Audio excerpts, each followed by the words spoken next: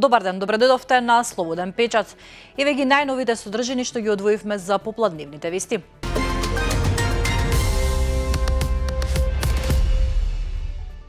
Денеска во Кривичниот суд Скопје исказ пред судија дава Стојанче Јовановски. Тој ги опиша односите со сопругата Ивана како нормални до 2022 година, но од тогаш рече дека пронаоѓал сомнителни пораки поради кои мислел дека Ивана го изневерува, кои што биле и со Мартин Саздов. Според неговото сведочење, кога дознал за врската меѓу Ивана и Мартин Саздов, тоа е ескалирало. Поточно со Саздов се сретнале да се пресметаат. Обвинителката Адела Бојчевик истакна дека за неа е очекувано Јовановски да се стави во улога на жртва, наместо во улога на сторител.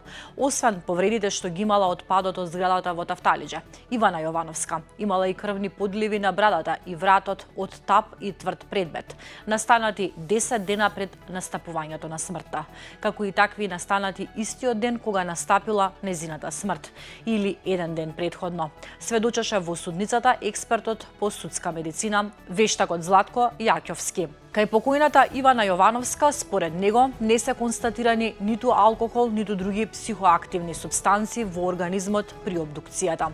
Кај Стојанче Јовановски, анализите од судската медицина покажале дека во телото имал и кокаин и лекови за смирување. Во судницата е нашата новинарка Мирослава Симоновска.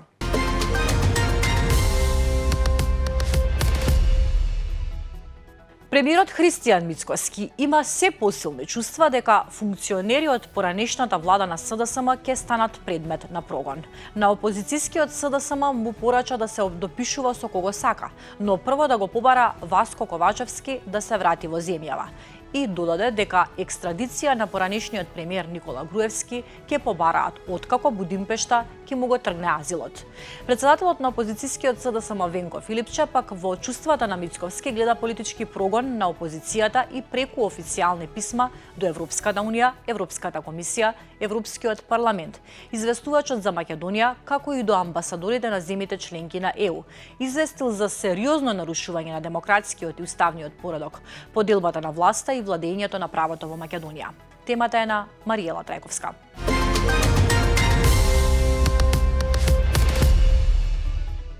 СДСМ поднесе кривична пријава против премиерот Христијан Мицкоски за злоупотреба на службената должност, односно дека со изјавите дека има чувство дека функционери од поранешната влада на СДСМ ќе станат предмет на прогон, врши политички прогон врз опозицијата. Генералниот секретар на СДСМ Александар Димитриевиќ го повика јавното обвинителство да го повика премиерот на распит и да му ги испита неговите чувства за да докаже дека не работи само по нарачки од Мицкоски. Тој додаде дека кривичната против премиерот е вистински одговор на изјавата на Мицкоски дека му се засилуваат чувствата за прогон на неистомисленици.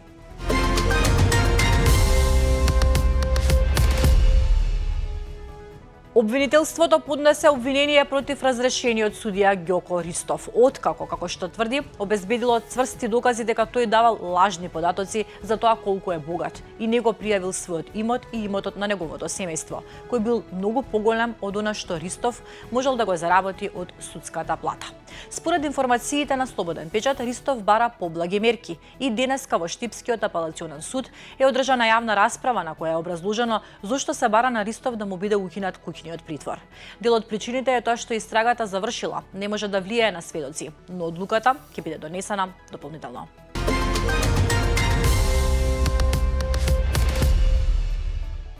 Владата ќе му ја предаде Централната пошта на градот. Впечатливиот објект треба да се претвори во младински центар. За зградата на Централна пошта, која значително беше оштетена во пожарот во 2013 година, владата води постапка да го предаде незиното владение на град Скопје, соопшти неодамна градоначалникот Орце Ѓоргиевски, пошто тој култен објект треба да се реконструира и да се пренамени во младински простор, хаб за потребите на проектот Скопје Европска престолнина на културата. Овој проект за реставрација на Централната пошта е можеби еден од најважните, земајќи предвид дека објектот во 2021 година се најде на листата од 7 најзагрозени споменици во Европа, која ја оформуваат Европа Ностра и Европската инвестициска банка. На ова работеше Филип Николов.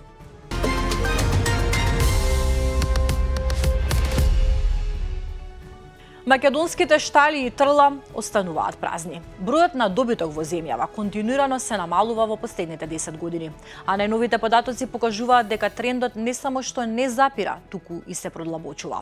Од осамостојувањето до денес снема над 2 милиони овци, стотици илјади говеда и десетици илјади свињи.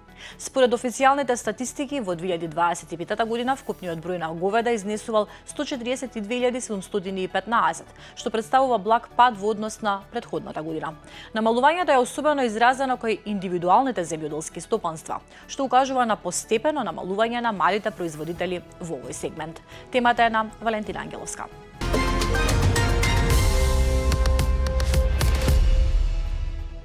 А изборите во Бугарија в недела нема директно да го решат спорот со Македонија, но ќе покажат дали во Софија ќе има стабилна влада што ќе може да носи одлуки и да води континуирана политика.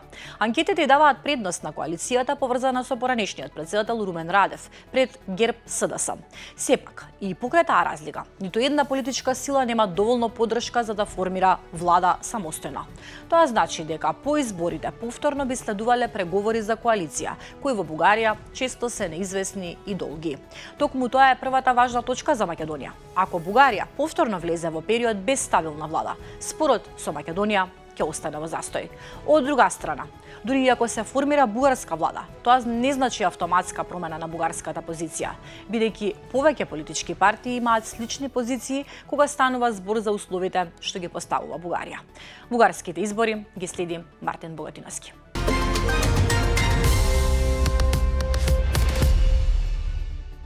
Во услови на засилени борбени активности и позиционирање на силите на терен, новите разузнавачки проценки укажуваат дека Москва се подготвува за поширока пролетно-летна офанзива на источниот фронт во Украина. Потегот се толкува како обид на Русија да го врати оперативниот моментум и да изврши дополнителен притисок врз украинската одбрана во клучните региони.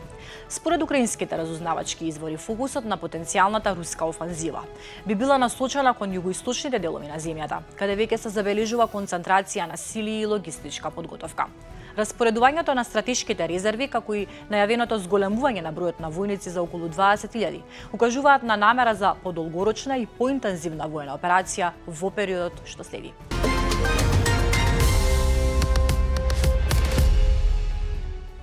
Уште вести од светот. Претседателот на Украина, Володомир Зеленски, ги отфрли сугестиите дека безбедносните гаранции на САД би биле условени со откажување на Украина од Донбас. Неколку западни медиуми објавија дека Вашингтон ги условува безбедносните гаранции со предавањето на источно-украинскиот регион Донбас на Русија, а самиот Зеленски го потврди тоа.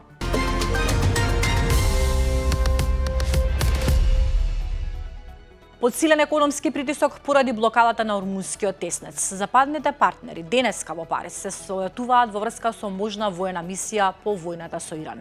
Целта на конференцијата, иницирана од Франција и Велика Британија, на која учествува и германскиот канцелар Фридрих Мерц, е изработка на мултинационален план за обезбедување на теснецот, кој сепак би можел да спроведе само под одредени услови.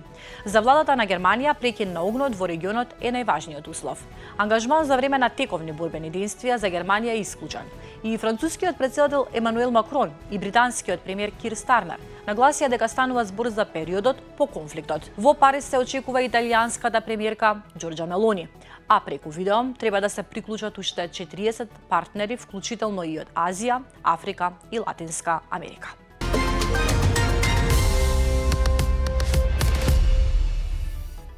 Новак Ѓоковиќ сепак нема да настапи на турнирот во Мадрид, иако претходно го најави своето учество. Српскиот тенисер сега се повлече поради повреда, а информацијата ја потврди и самиот тој.